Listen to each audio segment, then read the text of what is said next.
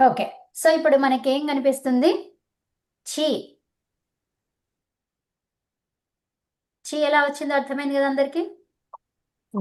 చీకి తర్వాత అతి కదా.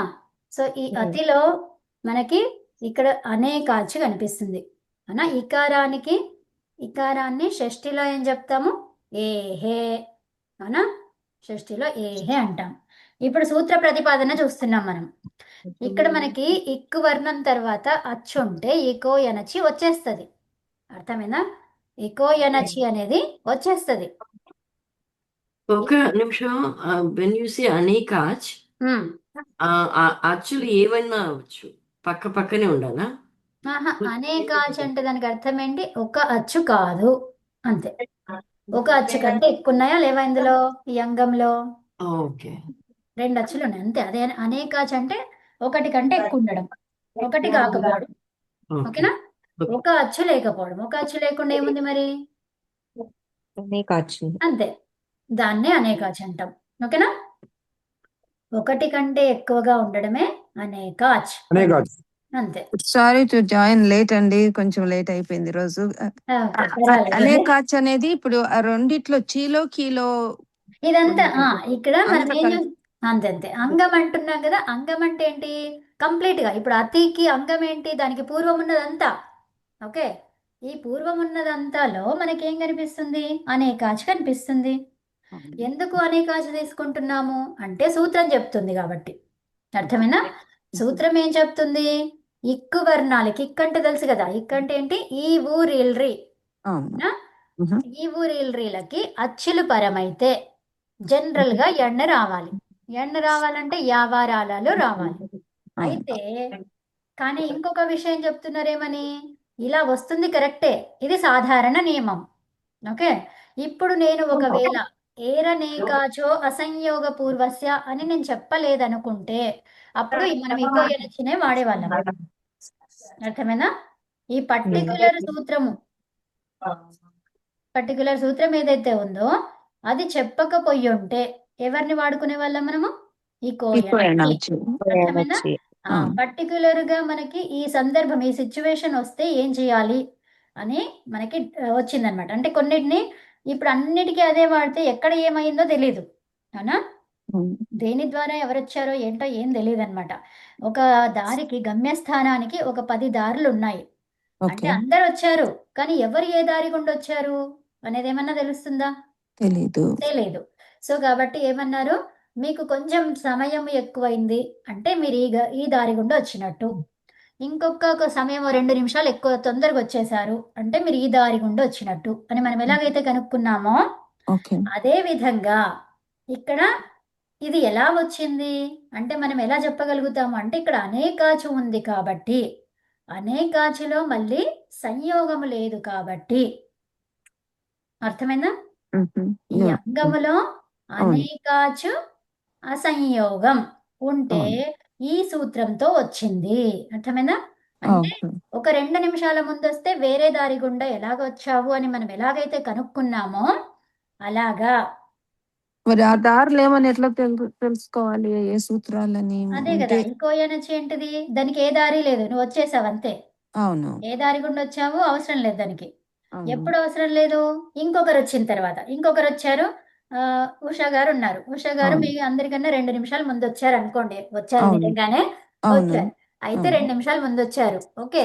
సో వారు 2 మినిట్స్ ముందు వచ్చారు. తర్వాత ఇంకొకరు ఉన్నారు, కరెక్ట్ టైంకి వచ్చారు. ఓకే.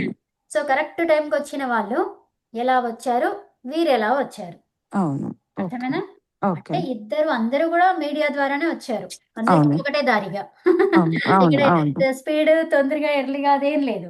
అందరూ వచ్చింటే ఒకే చోట స్టార్ట్ చేస్తుండే వాళ్ళం. ఒకేది అందరూ ఒకే దాంట్లో ఉండేవాళ్ళు అనమాట. ఇప్పుడు correct. So there are different.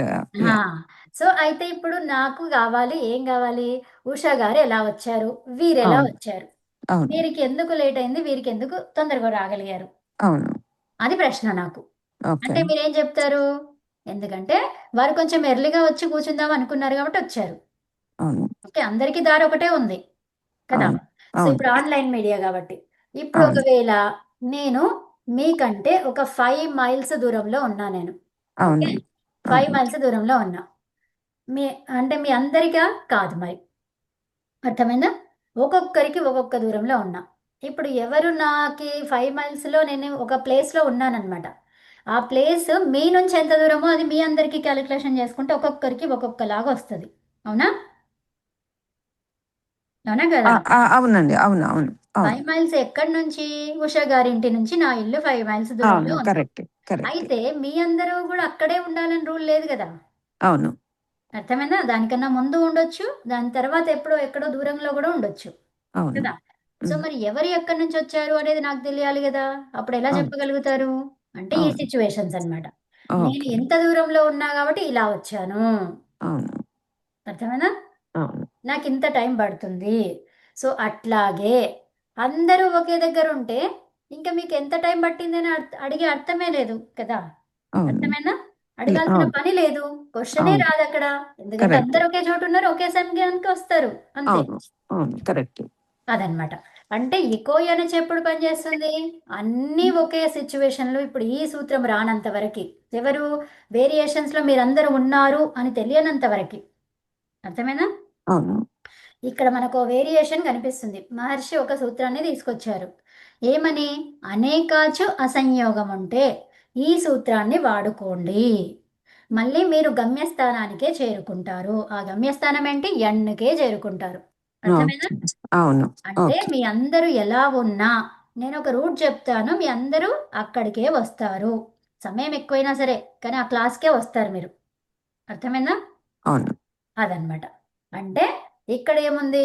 ఇక్కడ 2 అచ్చులున్నాయి. అంటే ఒకటి కంటే ఎక్కువ అచ్చులు ఉంటే విషయం ఫస్ట్‌ది గుర్తుపెట్టుకోండి. ఒకటి కంటే ఎక్కువ అచ్చులుండడం. తర్వాతేంటిది? సంయోగము లేకపోవడం. అర్థమైనా? హ్మ్. అసంయోగము ఉండడం. అసంయోగం అని గుర్తుపెట్టుకోండి. సంయోగం లేకపోవడం అంటే మళ్ళీ అదంతా సూత్రంలో మళ్ళీ మీకు ఈజీగా కాదు. ఓకే. దాని అర్థం ఏంటి? సంయోగం లేకపోవడమే అసంయోగం. అవునా? ఒకటేంటి? అనేకాచ్. అనేకాచ్ అంటే అర్థమైంది గదా! అర్థమైంది. ఆ! అసంయోగం. అనేకాచ అసంయోగం దేనికి ఉండాలి? ఈ ఇక్కు వర్ణానికి పూర్వంలో. హ్మ్. అర్థమైందా? హ్మ్. ఇక్కు వర్ణం ఏముంది ఇక్కడ చివరిగా? ఇకారం ఉంది. ఈ హ్మ్. ఇకారానికి పూర్వంలో. అంటే మీరిలా రాసుకోండి. రాసుకుంటే మీకు అర్థమైతది. చకారం, అవును. ఇకారం, కకారం, ఇకారం. ఈ ఇకారానికి పూర్వంలో ఏముండాలి? అవును. అ అసంయోగం ఉండాలి.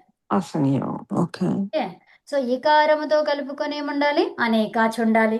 ఆ అంగం హ్మ్. మొత్తం కంప్లీట్ అంగం ఏముండాలి? అనేకాచ్. అనేక. మళ్ళీ తర్వాత ఇకారానికి పూర్వంలో అసంయోగం. అర్థమైందా? హ్మ్. సంయోగం అంటే ఏంటి? 2 హల్లులు పక్క పక్కన ఉండటం. వ్యవధానము లేకపోవడం.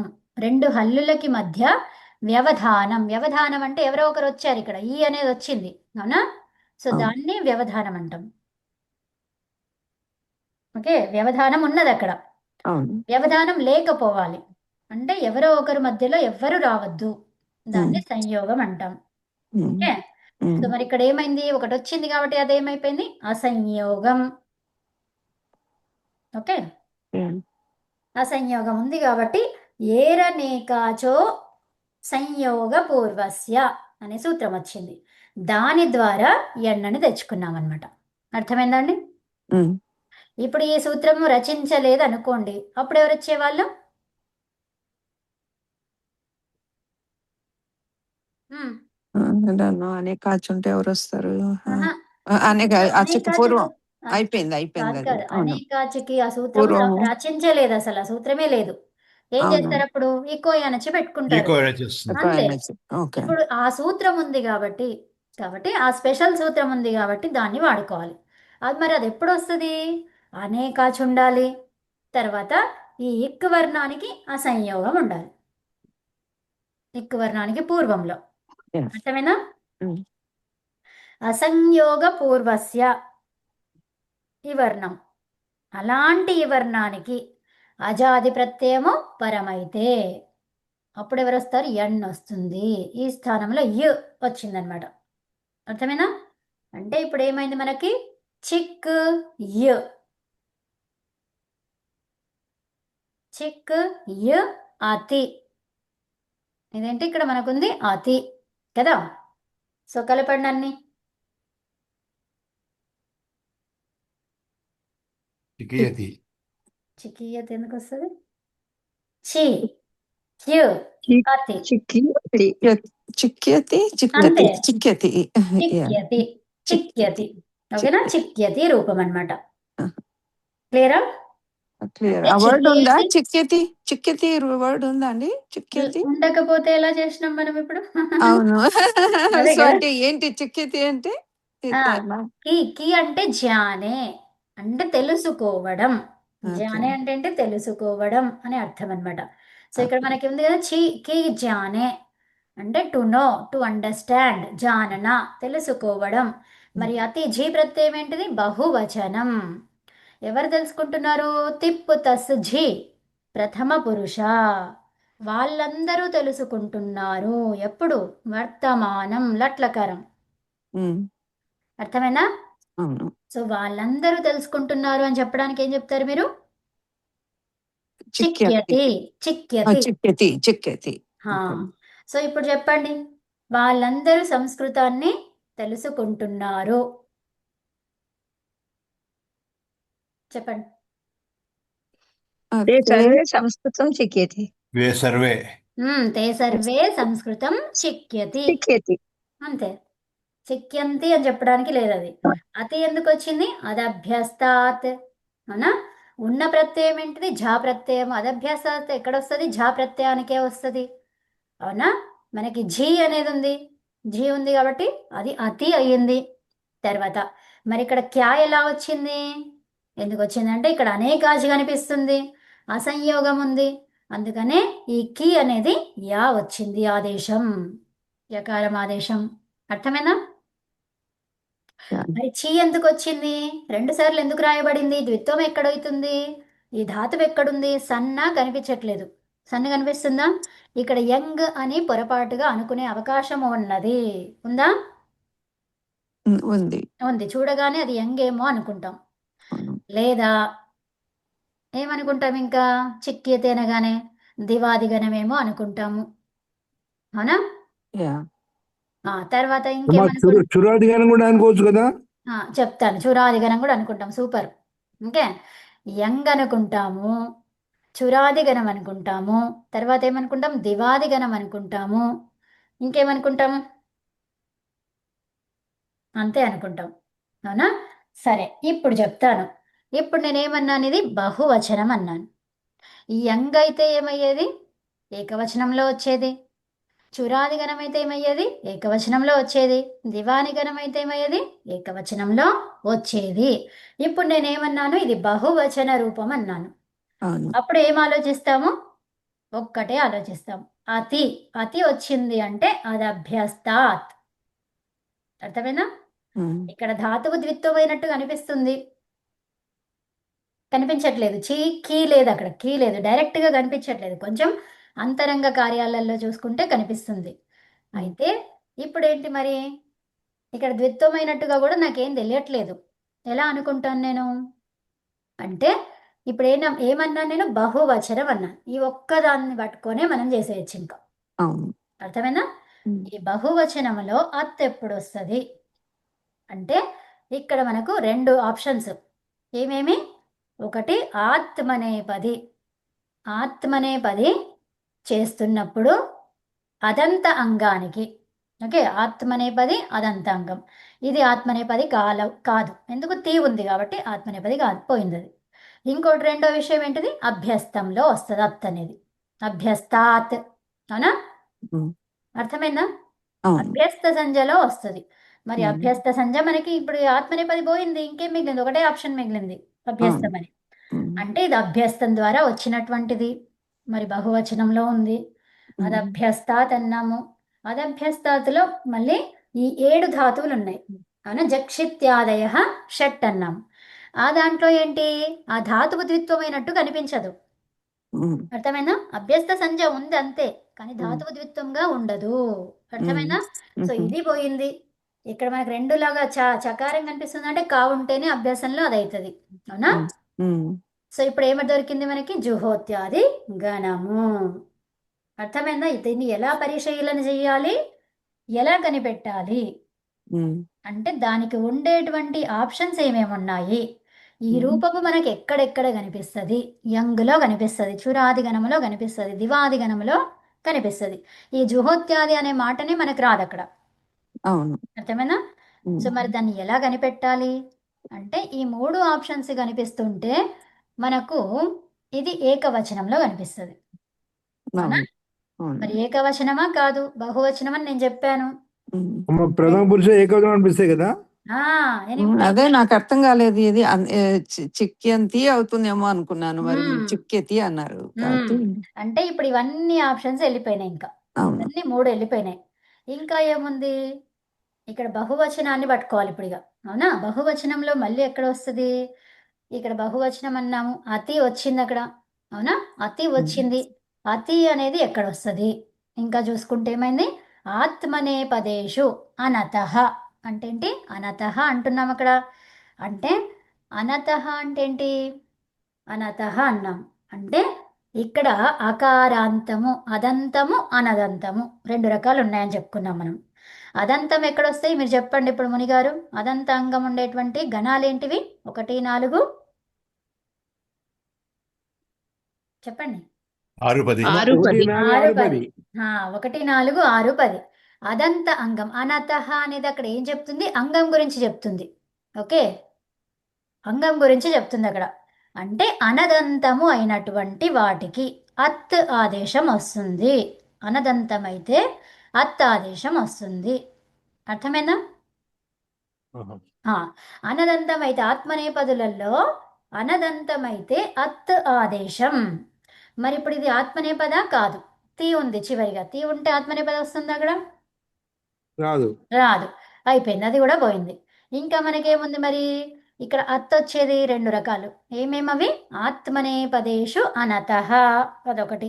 తర్వాత ఏమన్నాము? అభ్యస్తం, అది అభ్యస్తాత్. అవునా? అభ్యస్తం ద్వారా అత్ వస్తుంది. సో ఇప్పుడు మనకి ఇక్కడ ఒకటి ఆగుతాం అక్కడ. అర్థమైందా? అభ్యస్తంలో వచ్చిందేమో చూద్దాం మరి.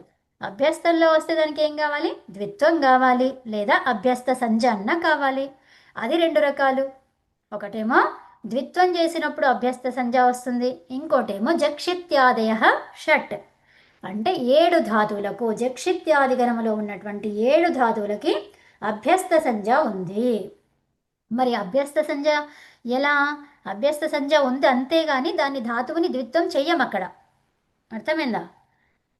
అర్థమైందా అండి? ఆ ధాతువుని ద్విత్వము చెయ్యము. ధాతువుకి అభ్యస్తం అనే పేరు ఉందే తప్పితే దానికి ద్విత్వము చెయ్యము. అదాది గణములో ఉన్నటువంటి ధాతువులు అవన్నీ కూడా ఎందులో ఉన్నవి?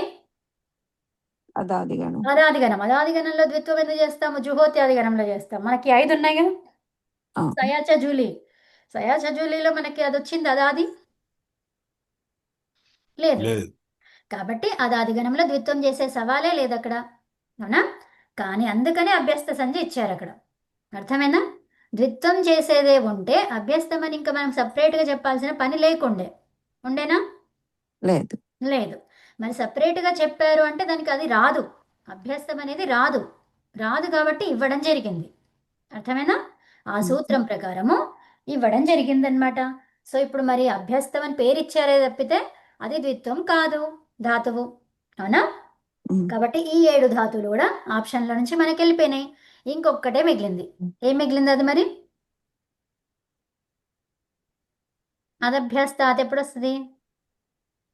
ధాతువుని ద్విత్వం చేసినప్పుడు.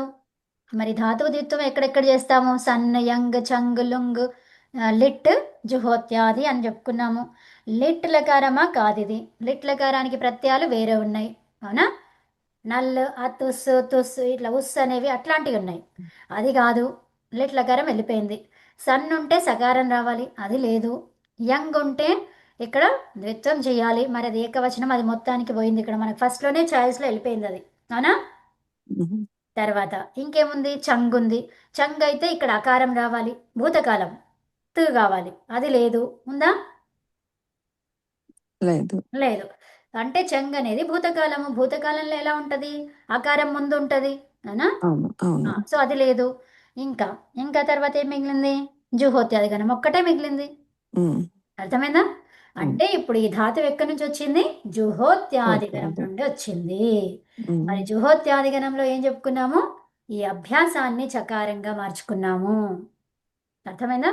ఉమ్, కవర్గంని చవర్గంగా మార్చాము. మరి కవర్గం చవర్గంగా మారిస్తే చీ అయింది. అంటే ఇక్కడ ఏముంటుంది? కీ ఉంటుంది.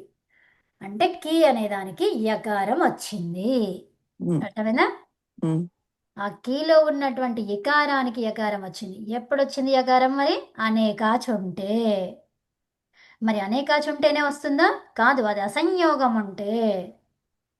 ఇకారానికి పూర్వంలో ఎవరుండాలి? అసంయోగం. అప్పుడు యకారం వస్తుంది. ఉమ్. ఇంతగా మనం అర్థం చేసుకుంటే అప్పుడు ఇది ఏ రూపమో అర్థమవుతుంది. ఇదంతా కూడా ఒక్క ఫ్రాక్షన్ ఆఫ్ సెకండ్స్లో అయిపోతుంది. ఎప్పుడు ఇవంతటి జ్ఞానం మనకు ఉంటే కదా. ఏంటి, మనం ఇప్పుడు ఫస్ట్ నేర్చుకుంటున్నాం, వంట చేయాలని నేర్చుకుంటున్నాం. అప్పుడు ఒక బియ్యం తీసుకోవాలన్నా ఒక పెద్ద పని అది.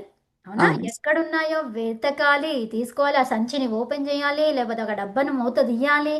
ఎంత ప్రాబ్లం అవుతుంది కదా నేర్చుకునేప్పుడు. వ్యాపారం. ఆ వ్యాపారాలన్నీ కూడా చాలా పెద్ద ఎవరిని అనిపిస్తుంది. మళ్ళీ తర్వాత ఒక సంవత్సరం తర్వాత అడిగితే కళ్ళు మూసుకొని తీసేస్తాం అవన్నీ. అవునా? అది ప్రాసెస్ అంతే ఉంటుంది, అంత పెద్దగానే ఉంటుంది, అంతే టైం పడుతుంది. కానీ అక్కడ కష్టం అనిపించదు, కష్టతరం అనిపించదు. అనిపిస్తుందా? లేదు అనిపించదు. ఇప్పుడు సేమ్ అదే ఫస్ట్లో నువ్వేం చేసావో సెకండ్ ఎప్పుడు సంవత్సరం తర్వాత చేసినా 30 ఏళ్ళ తర్వాత చేసినా అదే ప్రాసెస్. అవును రూమ్లోకి వెళ్ళాలి, ఈ డబ్బా దగ్గరికి వెళ్ళాలి, ఆ డబ్బా మూత తీయాలి, అందులో గిన్నెలో పోయాలి, ఇదే ప్రాసెస్. కానీ ఇక్కడ కుక్కలు ఏమైంది? పెట్టాలి, విధులు రావాలి. Same process, same steps. కానీ అవును ఇక్కడ అంతా కూడా సులభతరం అయ్యింది అది. అవునా? అవును సులభతరం అయిపోయిందండి. అవును సులభతరం అంటే ఏంటి? ఇంకా ఈ ఫస్ట్కి ఈ చివరి దానికి చూసుకుంటే ఇక్కడ కళ్ళు మూసుకొని చేసేస్తున్నాం అదనమాట. అవును అంటే ప్రాక్టీస్తోనే, అంటే చెయ్యగా చెయ్యగా, వినగా వినగా, చూడగా చూడగా, ఆ పదాలను వాడగా వాడగా, డబ్బా డబ్బా డబ్బా అంటే ఆ డబ్బా దగ్గరికి వెళ్ళాలి అనే విషయం అర్థమైపోయింది. తర్వాత మూత మూత అనగానే మూత తీయాలి అని అర్థమైంది. అట్లాగా. అవునా? సో అట్లాగే చేస్తూ ఉంటే లేదా రిపిటేషన్ చేస్తూ ఉంటే ఆ క్రియను చేయడం, ప్రత్యక్షంగా చేయడం అనమాట. దాంట్లో ఇన్వాల్వ్ అయి చేయడం అంటే ప్రాక్టికల్గా చేయడం. సో ప్రాక్టికల్గా చేయాలి, లేదా ఆ మాటను రిపిటేషన్ చేయాలి. అప్పుడు ప్రాసెస్ గుర్తుంటుంది.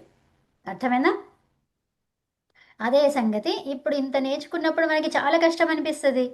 ఎప్పుడు? ఒకేసారిగా ఉన్నప్పుడు.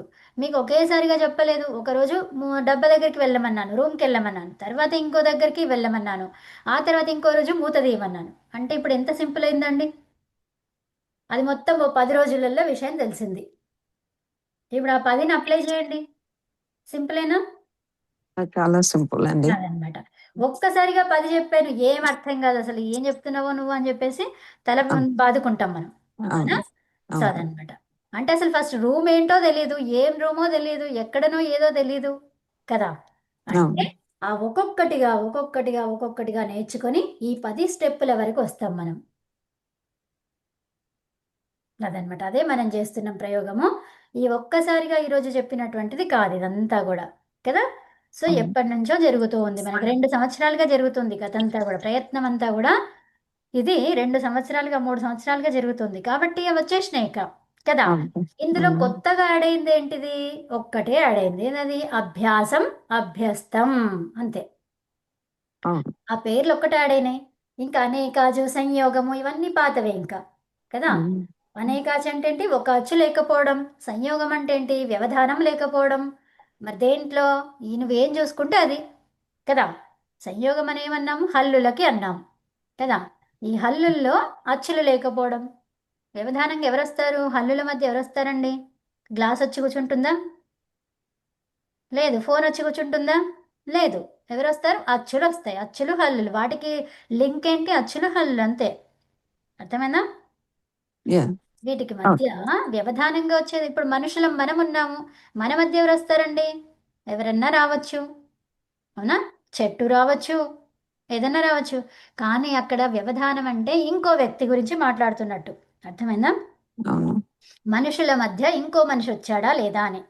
ఉమ్, ఆ చెట్లు ఇవన్నీ రావచ్చు, కానీ అది కాదు కదా మనం మాట్లాడేది. వ్యవధానం అంటే ఇంకో వ్యక్తి వచ్చాడా లేదా అని, అంతే. ఉమ్. అంటే దేనికి ఏది సమానం అంటే ఏమన్నాము? దేనికి ఏది సమానం అంటే ఏమన్నాం? అచ్చులకి అచ్చులు సమానం, హల్లులకి హల్లులు సమానం. సవర్ణ అంటారా? సవర్ణ. సవర్ణంగా తీసుకోవాలి, అంతే, సవర్ణం. ఆ, ఓకే. అవునా? ఈ ఆ, సవర్ణాలను ఎలా పోలుస్తాము అంటే అచ్చులకి అచ్చులు, హల్లులకి హల్లులు, మనుషులకి మనుషులు, మనుషులు, పశువులకి పశువులు, అది, చెట్లకి చెట్లు. చెట్లు. ఈజీ. అదండి. చాలా సింపుల్ ఇది. మనం అర్థం చేసుకుంటే మనకి ఈ ఒక్కటి అర్థమైతే మన లైఫ్ స్టైల్ అర్థమవుతుంది, లైఫ్ స్టైల్ అర్థమైతే ఇది అర్థమవుతుంది, అంతే. ఉమ్? అదండి. సో ఇప్పుడు ఈ వీడియోని కొంచెం మంచిగా వినండి. ఇదంతా ఈ లిటికేషన్స్ ఏవేవైతున్నాయో దాన్ని ఎలాగ అర్థం అమ్మాయి చేసుకోవాలి ఇది గ్రూప్ లో పెడతారు కదా. పెడతా. సో వింటా దాన్ని వింటా ఇక నేను ఇప్పటి వరకు వినలే కానీ ఇప్పుడు వింటా. ఇది చాలా మంచిగా వచ్చింది ఈ వీడియో మాత్రము, ఎందుకంటే చాలా విషయాలు వచ్చినాయి మీకు. ఏంటంటే అవును. ధాతువుని మనం ఎలా కనిపెట్టాలి ఒకటి, తర్వాత ఇది అవును. ద్విత్వంతో వచ్చిందా లేదా అనేది ఒకటి, మరి వస్తే ఎన్ని రకాలుగా వస్తుంది, దాన్ని ఎలా చూస్ చేసుకోవాలి అనే విషయాలు చాలా బాగా వచ్చింది ఈరోజు. సో కాబట్టి అది మంచిగా వినండి. వింటా మీకు ఇవాళ నుంచి రోజు మీద కంపల్సరీ ఉంటే ఇక వినకపోతే ముందు కనుక పడతట్లేదు ఇక. సో ఇప్పుడు తుర్రు ఉందండి, ఇక తుర్రుకి ఎవరు లేరు. ఓకే, ఏ సూత్రము సపరేట్గా ఏమీ లేదు. సో ఇప్పుడు చూడండి, తిప్పు ఉంది మనకు, ఇంకా ద్విత్వం చేయాలనే విషయం మీకు అర్థమైపోయింది, అయిందా? ఏకాచ్ ఉంది, అవును. ఏకాచ్ భాగం అదొకటే ఉంది, కాబట్టి తుర్రు తుర్రు అనేది వచ్చేసింది, అవునా? సో తుర్రు తుర్రులో మనకి హలాది శేష తు మిగిలింది, అవునా? ఈ హల్లని, ఆది హల్లని ఎలా తీసుకోవాలి? అచ్చుతో తీసుకోవాలి. తు మిగిలింది. తు, తుర్రు. ఇప్పుడు తుర్రు అనగానే మనకి ఏం కనిపిస్తుంది? తిప్పు ఉంది ఇక్కడ, అవునా? తిప్పు ఉంది కాబట్టి ఫస్టే చూసుకోవాలి. అక్కడ ఏం చూసుకోవాలి? గుణం అవుతుంది, అవునా? ఇక్క వర్ణానికి గుణం అవుతుంది అని చెప్పుకున్నాము. సో ఇప్పుడు ఏమైంది? అది తోరు. ఏమైంది అది? ఏమైందండి అది? తుర్రు ఏమైంది? తిప్పు ఉంటే డోర్. తోర్. ఆ, సో తోర్ ఇది ద్విత్వం చేయాలి ఇప్పుడు. Okay, Thor. తోర్లో మనం ఏం తీసుకుంటాం? హలాది శేష తో తీసుకుంటాం. తో అనేది ఏంటిది? దీర్ఘం కాబట్టి దానికి ఉకారం అనేది హ్రస్వం. ఓకే, గుణాక్షరాలు ఏవైతే ఉన్నాయో అవేనండి. ఉకారానికి గుణం ఓకారము, ఓకారానికి గుణం ఉకారం. ఐ మీన్ దానికి ముందు చూసుకుంటే ఉకారం ఎలా వచ్చింది? ఉకారం ద్వారా వచ్చింది. ఊ అనేది ఏంటి? హ్రస్వం. ఊ కూడా వస్తుంది. ఇప్పుడు ఈ ఊ తూ ఉన్నా కూడా ఏం చేస్తాం మనము? హ్రస్వహ సూత్రం ద్వారా హ్రస్వం చేస్తాం. అర్థమైందా? ఉమ్? అంతేనా? తు తు తోరు తి కలిపేయండి. తోర్తి. తుతోర్తి. ఇక్కడ తస్ ఉంది, తస్ ఉంటే గుణం అవుతుందా? తస్ అపెత్తిది అవ్వదు. కాదు. అవ్వదు, కాబట్టి తుర్రు అట్లాగే ఉంటుంది. తుర్రు తస్. ఏంటి? తుర్రు తస్. తుర్రు అంటే ఏంటి? త్వరనే, తొందరగా చెయ్యు. వస్తున్నావా లేదా? నువ్వు తొందరగా వస్తున్నావా లేదా? త్వరగా రా కదా. శీఘ్రం గురు. శీఘ్రం, త్వరగా. ఈ త్వర అనేది ఏంటిది? ఇదే, అర్థమైందా? సంస్కృత పదమే. ఝటితి. ఆ, ఝటితి, త్వరగా, త్వర. తర్వాత శీఘ్రం, ఇవన్నీ సంస్కృత పదాలే వెంటనే రా అనడానికి. భృశం అంటే ఏంటి? వెంటనే. సో ఇప్పుడు తు తుర్రు తస్ ఏమైంది? అది తస్ ఏమైంది? తహ. కలిపేయండి. తుతుర్తహ. అర్థమైందా? తుతుర్తహ, అవునా? అంతే. అవును మేడం. ఇప్పుడు జీ ప్రత్యయానికి ఏమొస్తుంది? అభ్యస్త సంజ్ఞ ఉంది, అదభ్యస్తాత్. ఏమైంది? అది అత్. ఇక్కడ గుణం అయితే కాదు ఇంకా, అవునా? ఈ జీ అనేది అపిత్, అవునా? తుర్రు, తర్వాత అతి. కలపండి. తుతురతి. తుతురతి అయిపోయింది. తుతోర్తి, తుతూర్తః. ఇక్కడ ఏమైంది? ఇంకో విషయం, ఇక్కడ మనకి తుతూర్తః అన్నాం కదా. సో చూడండి, అక్కడ ఏముంది మనకి? ఉకారం తర్వాత రేప తర్వాత ఏముంది? ఇక్కు వర్ణం ఉంది. ఎవరు వస్తారు ఇప్పుడు చెప్పండి? ఉమ్? ఇక్కడ ఎవరు తుర్రు అని ఉంది కదా, తుర్రు. అవును. తుర్రులో మనం ఏం చెప్పుకున్నాము? రేఫ గాని వకారం గాని ఉంటే దానికి పూర్వంలో ఏమవుతుంది? ఇకారం దీర్ఘం. దీర్ఘం. దీర్ఘం చెప్పుకున్నామా? సో ఇప్పుడు దీర్ఘం రెండు రకాలుగా వస్తుంది. ఉపధాయాంఛ ద్వారా వస్తుంది, లేదా ఇక్కడ హల్ ఉంది మనకు. ఏముంది ఇక్కడ? వెంటనే హల్ ఉంది. కాబట్టి హలిచ. ఏ సూత్రం ద్వారా వచ్చింది ఇప్పుడు ఇది? హలిచ. హలిచ ద్వారా తూరు అయిందనమాట. అర్థమైందా? అంటే తుతూర్త. ఏంటి? ఈ హలిచ అనేది మీకు పాత సూత్రమే, ఇంతకు ముందు నేర్చేసుకున్నారు మీరు అది. కాబట్టి మనకి కొత్తది ఏమి ఉండదు ఇక్కడ. గుర్తు చేసుకోవడానికి మళ్ళీ చెప్పుకోవడంలో తప్పులేదు. అర్థమైందా? గుర్తు చేసుకోవడానికి మళ్ళీ మళ్ళీ చెప్పుకోవచ్చు మనం, కానీ అక్కడ మీరు నేర్చుకుంటుంది కొత్త విషయం కాదు, కాబట్టి అది సింపుల్ అయిపోతుంది.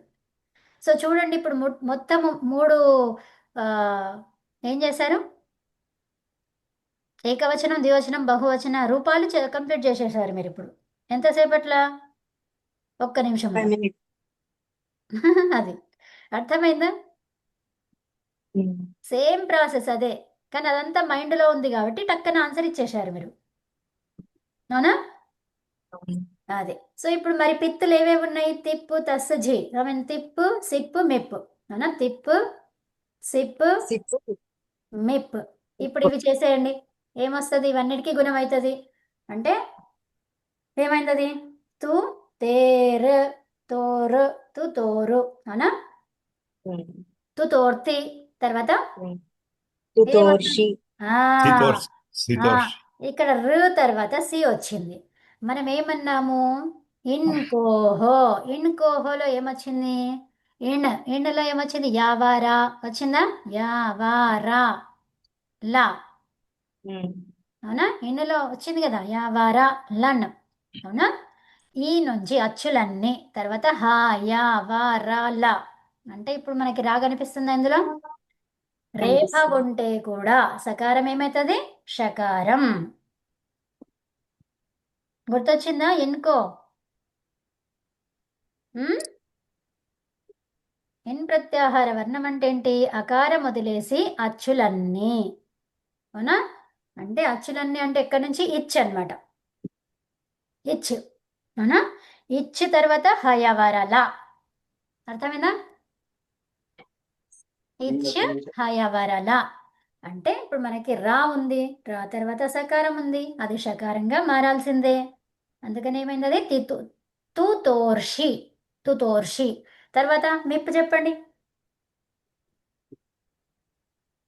మీ కలపండి సి తీసేసి. తోర్మి. మే అంతే, అయిపోయింది. తుతోర్తి, తుతోర్షి, తుతోర్మి. ఓకేనా? గుణమైంది అది. నెక్స్ట్ ఇప్పుడు తు. తు తహరాల్ తుర్రు. తు తుర్రు. తహ తహ. తస్ తహ అయిపోయింది. తుతుర్తహ. తర్వాత తుతుర్ థస్. తహ థహ. తర్వాత ఏంటి? వహ. వహ వస్. తుతుర్వహ. అర్థమైందా? తుతుర్తహ, తుతుర్థః, తుతుర్వహ. బహువచనంలో. ఇక్కడ ఏం చెప్పాను? దీర్ఘం చేయాలి. ద్వివచనం. ఏంటిది ఇక్కడ? ఏమవుతుంది? దీర్ఘం అవుతుంది కదా. తుతూర్ అయిపోయింది. తుతూర్థః, తుతూర్థః, తుతూర్థః, తుతూర్వహ. అర్థమైందా?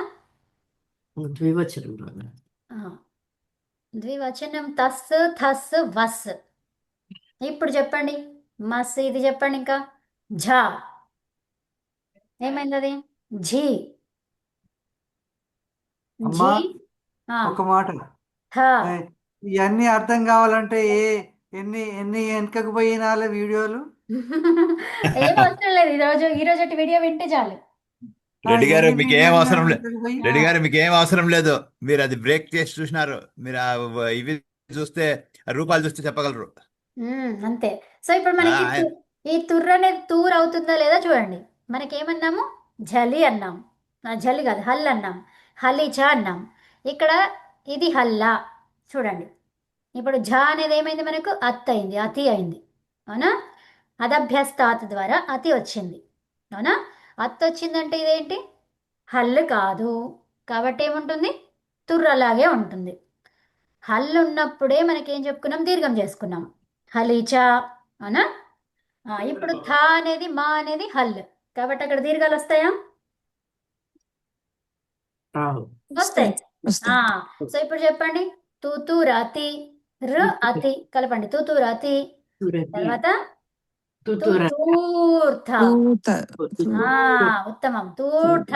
ఇదేమైంది? తుతూర్మ. మహ. మస్ ఏమైంది? విసర్గ. తుతూర్మహ. దీర్ఘం ఎందుకైందో అర్థమైందా? రేఫకి పూర్వములో వకార రేఫ. ఏంటి? వకారం గాని రేఫ గాని వీటి రెండిటికి పూర్వంలో దీర్ఘం వస్తుంది. ఎప్పుడు పదాంతము కాకపోతే దానికి పరంగా ఎవరుండాలి? జల్లు ఉండాలి. ఓకే, సో పదాంతం అయితే ఎవరుండాలి? ఈ జల్లు అవసరం లేదు, ఇక పదాంతం అయితే ఇంతే. అర్థమేనా? ఉమ్?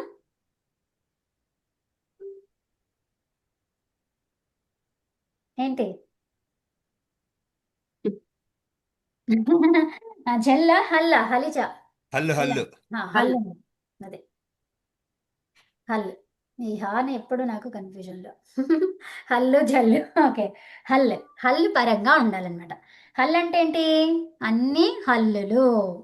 కా నుంచి హా వరకి, అవునా? అచ్చులు కాకుండా. అచ్చులు ఉంటే రాదనమాట, దీర్ఘం రాదు. ఓకేనా? క్లియరా? దీర్ఘ వ్యోరుపధాయా దీర్ఘ ఇకః అంటే ఉపధాలో ఏముండాలి? వకార రకారాలు. వకార రేప. రకారం అని చెప్పొద్దు, దాన్ని రేప అనాలి. ఓకేనా? ఇవి ధాతువుకి అంతంగా ఉన్నప్పుడు. ధాతువుకి అంతంగా ఉన్నప్పుడు ఏమొస్తుంది? వ్యోరుపధా దీర్ఘ ఇకః. అంటే దానికి అంతంలో ఉంటే ఇంకా హల్లు అనేది అవసరం లేదు. హల్లు ఎప్పుడు ఉండాలి? ఒకవేళ ఉంటే హల్లు ఉండాలన్నమాట. అచ్చు ఉంటే దీర్ఘం రాదు, అంతే. అదొకటి గుర్తుపెట్టుకోండి. ఓకేనా? సో తుతుర్, తుతురతి, తుతూరథ, తుతూర్థ. ఏంటిది? తుతురతి, తుతూర్థ, తుతూర్మహ. సమయం అభవత్.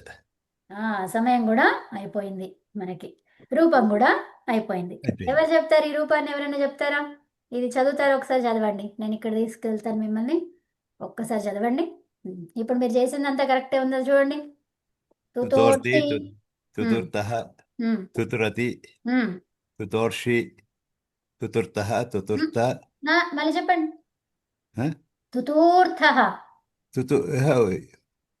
ఓహో, దీర్ఘం అట్లుందా? ఓకే. తుతూర్తః, తుతూర్త,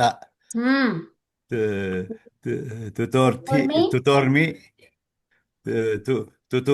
తుతూర్వః, తుతూర్మః. దీర్ఘాలు పెట్టట్లేదు మీరు. తుతూర్వః, తుతూర్వః, తుతూర్మః. ఆ తేడా ఏంటి గమనించారా? హల్లు పరంగా ఉంది కాబట్టి అచ్చు పరంగా ఎక్కడెక్కడ వస్తుంది? అతి అక్కడ వస్తుంది, అంతే. అర్థమైందా?